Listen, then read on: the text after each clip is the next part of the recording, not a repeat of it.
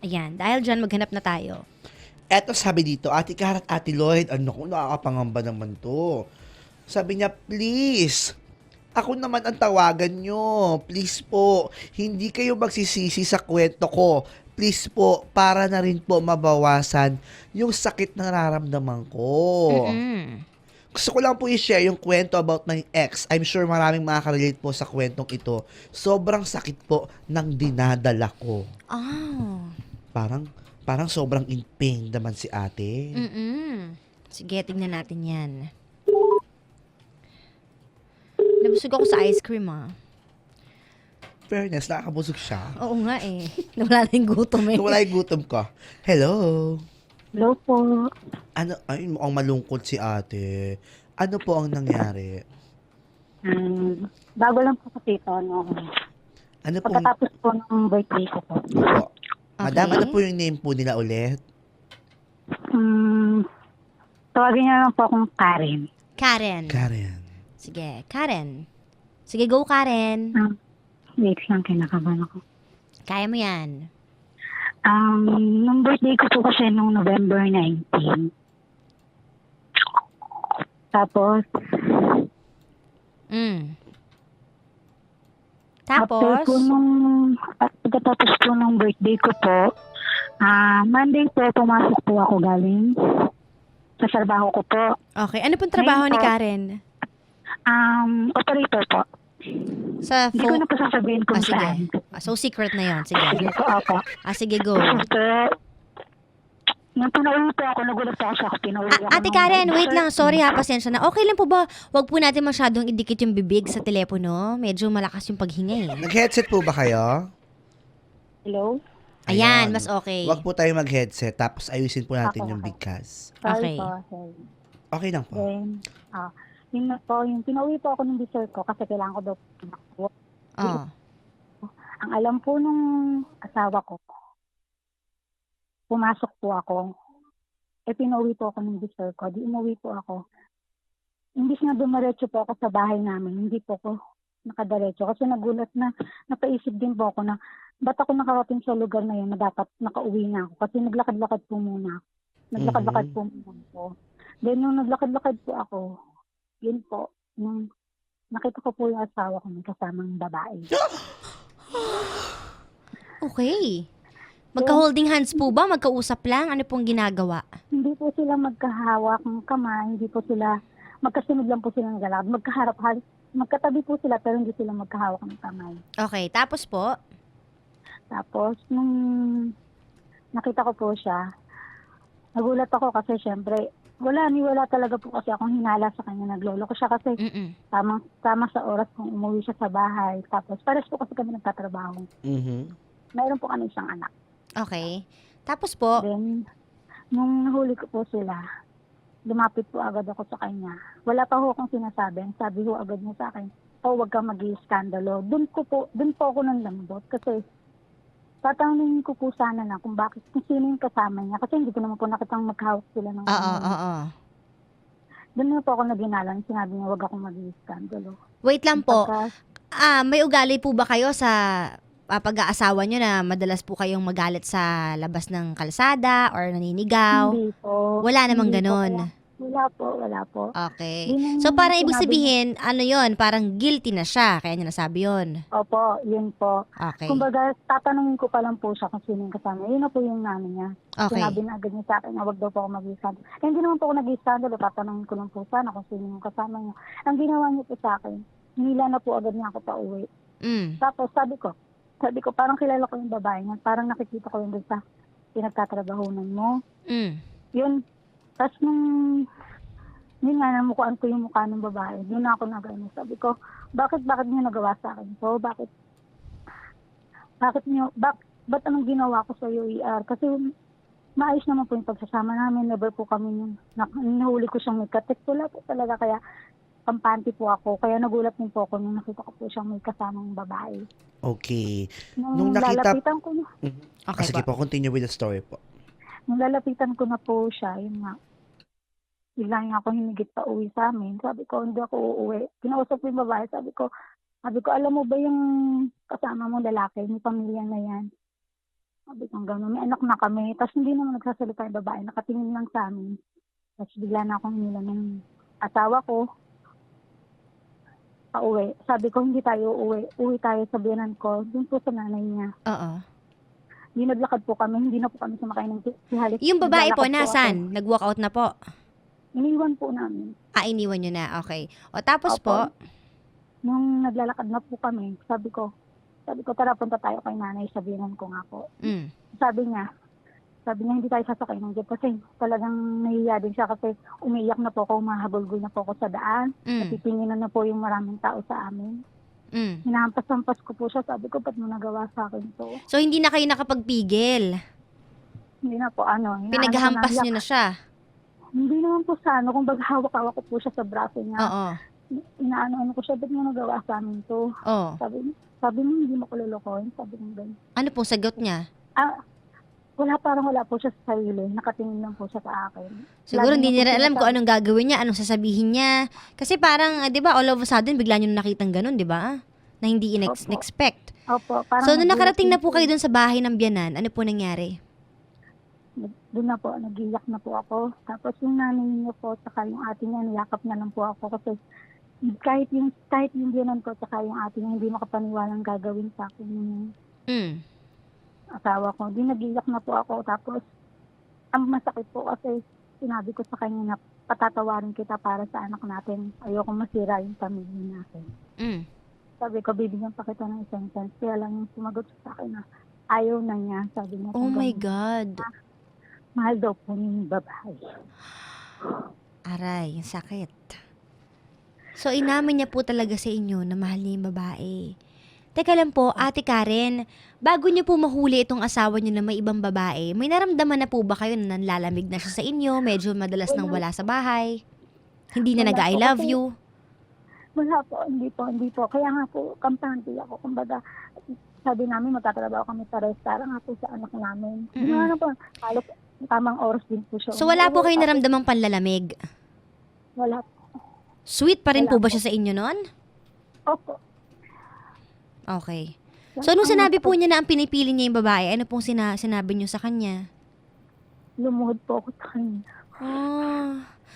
Sa harapan po ng kapatid niya and nanay niya? Opo. Ano pong sinabi niyo? Sabi ko, bumalik ka lang sa amin, tatawarin na kita. Tatanggapin ko lahat. Sabi ko, tatanggapin. Ang sabi niya sa akin, ayaw na daw po talaga niya. May sinabi po ba siyang dahilan sa inyo, Ate Karen, kung bakit ayaw niya na sa inyo? May ayaw ba siya sa ugali Dahil mo? daw, wala. Dahil daw po kasi, yun nga po na, wala na rin daw po kasi papatungan man at nagloko na din naman daw po siya. Ayun, sabi niya sa akin. Wala po ba siyang dinahilan kaya ako to nagawa kasi ikaw? Wala bang ganon? Ay, siguro din po naging busy ako sa trabaho. Pero hindi naman po siguro kasi halos uma-absent na nga po ako, magtanong lang po ako ng time sa kanya. Okay. So, nung lumuhod po kayo, humingi kayo ng chance, hindi niya kayo pinagbigyan.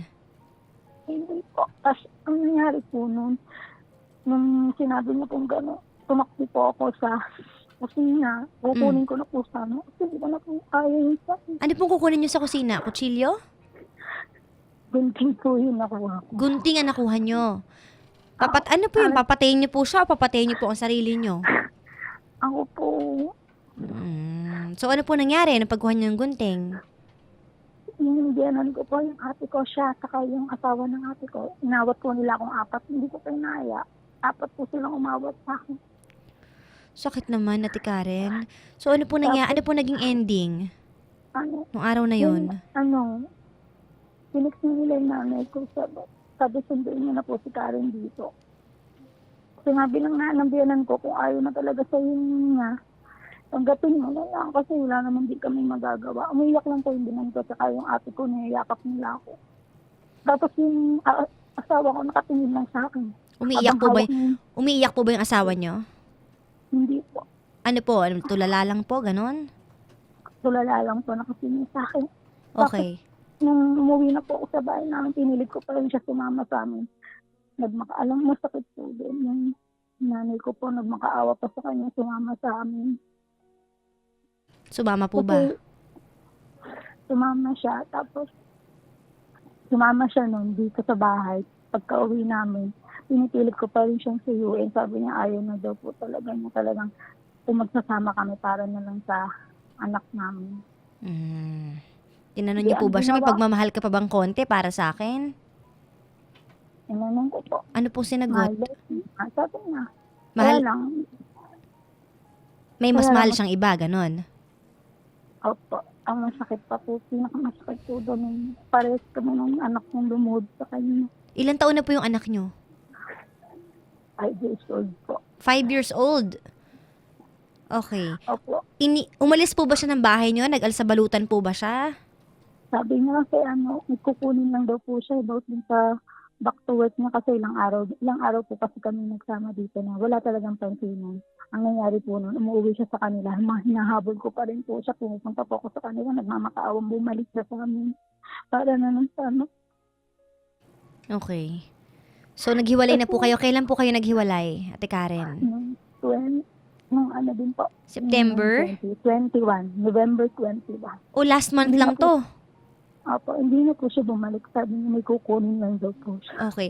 Ate Karen, may tatanong ako sa inyo.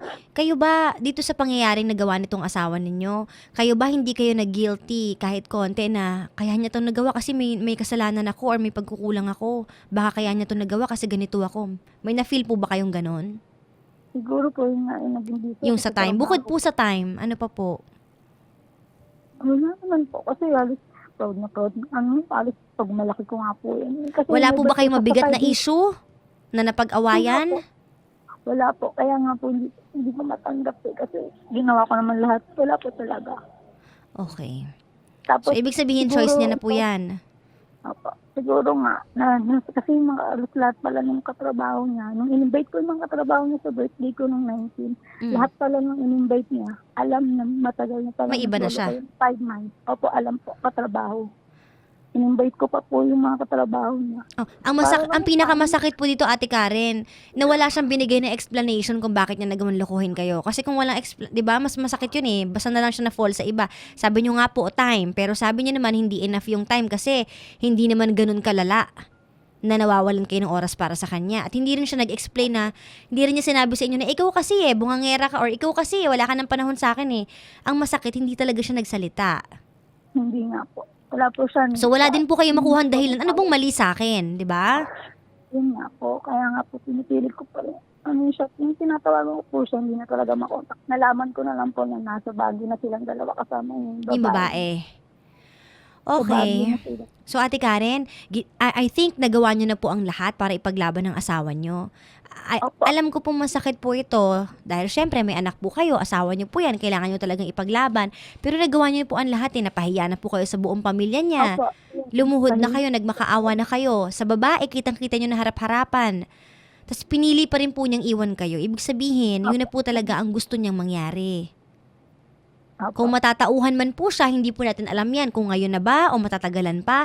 Pero I'm sure magkakaroon din siya ng moment na maiisip niya kung tama ba o mali ang naging desisyon ko. Pero para po sa inyo, Ate Karen, kailangan na po nating tanggapin. Masakit man po. Pero Opo, alam ko. minsan talaga, may mga bagay na nangyayaring masakit eh, na kailangan po nating tanggapin na lang. Kasi hanggat iisipin po natin ang iisipin yan, mahihirapan po tayo. May anak ka pa naman, Ate Karen, 'di ba? Opo. Yung Lalo anak ko na? na lang po yung. 5 years old pa lang yung anak mo. Opo. Ganun. Ay, ang sakit naman. 5 years kami nagsama. 5 years po? Opo. 2 years kami. Kasal po kayo? Hindi. Live-in? Opo. Okay. Sa 5 years po ba na ito, ni minsan hindi siya nagloko? Hindi po. Sa dami ng naging outlet niya, yung napalipat lang siya dun sa outlet na yun. Doon na po. Ngayong August po kasi ako nag-start magtrabaho ulit. Oo. Nitong August lang po. Tapos, nalaman ko na lang, yun nga, yung nagkaalaman na July pa pala na din sila nun. Sige, Ate Karen, alam ko masakit yung nararamdaman mo. May gusto ka pa bang sabihin para dito sa ex-husband mo? Ngayon, siguro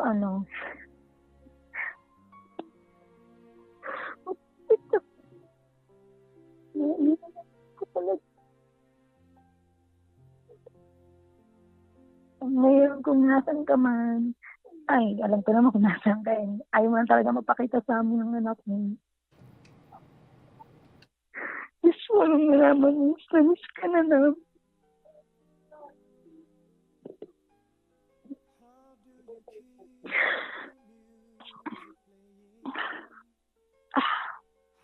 Sige, kung diyan ka masaya. Sige.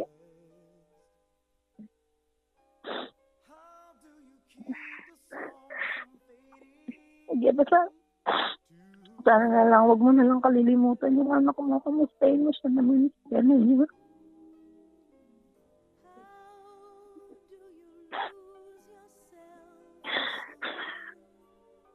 Salamat. Salamat. Salamat. Hindi ko pa yung kalay. Nangyayari sa atin ito unang Pasko. Wala ka. Alam ko na naman sa'yo na kayo eh. Nakita ko naman eh, nakikita ko yun. Minsan iniisip ko eh. Nakikita eh. Ilang araw pa. Pag-post pa na agad ng picture niyo. Nakita ko masaya ka na. Ang bilis mo. Ay, alam. Hindi ka layo ko na. Okay, kuya.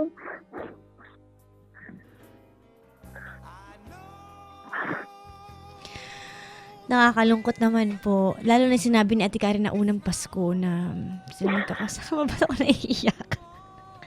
Ate Karen, be strong. May blessing na darating sa buhay mo at sa anak mo. Tandaan mo lagi, lahat ng pangit na nangyari sa buhay natin, may kapalit na maganda lagi. Diba? If you do good, something good will happen to you also. At naiyak na po si Kara. At kapag pangit ang ginawa mo sa kapwa mo, pag nakasakit ka ng ibang tao, ganun din ang tatanggapin mo. May parusa lagi yan. Tandaan niyo po yan. And this is the best time to pray, Ate Karen. Sa mga panahong to. 'Di ba? Alam ko, tuluro ka, masakit yung nafe-feel mo. Siyempre, sabi mo nga, hindi mo alam kung saan ka nagkamali o nagkulang kasi sabi mo nga, wala ka namang ginawang masama. Opo. And hindi pa rin enough para lokohin ka ng isang tao kahit sabihin nagkulang ka ba ng time para sa kanya. Kasi pwedeng ayusin yung mga ganyang bagay eh, di ba? Sana napag-usapan na lang. Ay, naku, Ate Karen, may gusto ka ba bang sabihin? Salamat po at least na ilabas ko po yung Okay lang yan. Okay lang, alam mo, kahit gabi-gabi kang umiyak, iiyak mo lang yan, ilabas mo lang yan. Kasi normal yan, pagdadaanan mo talaga yan. Pero tandaan mo, after ng mga iyak na yan, after ng bigat ng dibdib mo, lagi may kapalit na maganda yan. Kasi hindi naman natutulog ang Diyos eh. Nakikita niya yung paghihirap mo. Okay? Opo, nagdadasal naman po ako gabi-gabi. Para, Keep on praying at saka lumabas kayo ng anak mo, ilabas mo siya, ipasyal mo siya. ako, naglalabas na naman siya. Yan. Yun nga na kasi mahirap kasi nagtatanong parang sa buwan niya may isip na rin kasi po. Well, good luck sa buhay mo, Ate Karen. Sana makayanan mo yan. At kaya mo yan, huwag ka mag-alala. Salamat. Thank you po. Sige. More power po. Salamat. Sige. Ay, nakakalungkot naman ang ating story ngayon. Nakakaiyak.